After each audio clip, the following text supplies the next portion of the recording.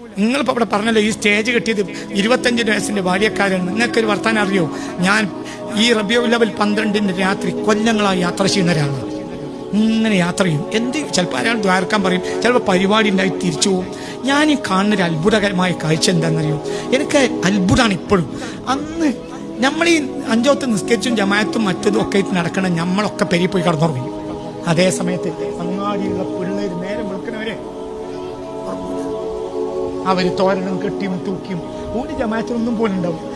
ആകെ ഒരു പണി എന്നുള്ളത് ഓർക്കത് മതിയാകൂടോ? ഓരെന്തിനാ അത് ചെയ്തത്? ഇബ്നു തൈമിയ്യ പോലും പറയുന്നുണ്ട്, അവന്റെ ഉദ്ദേശം നല്ലതാണ്. അവൻ ബഹുമാനിച്ചത് ആരെയാ? സുൽത്താനെയാണ്.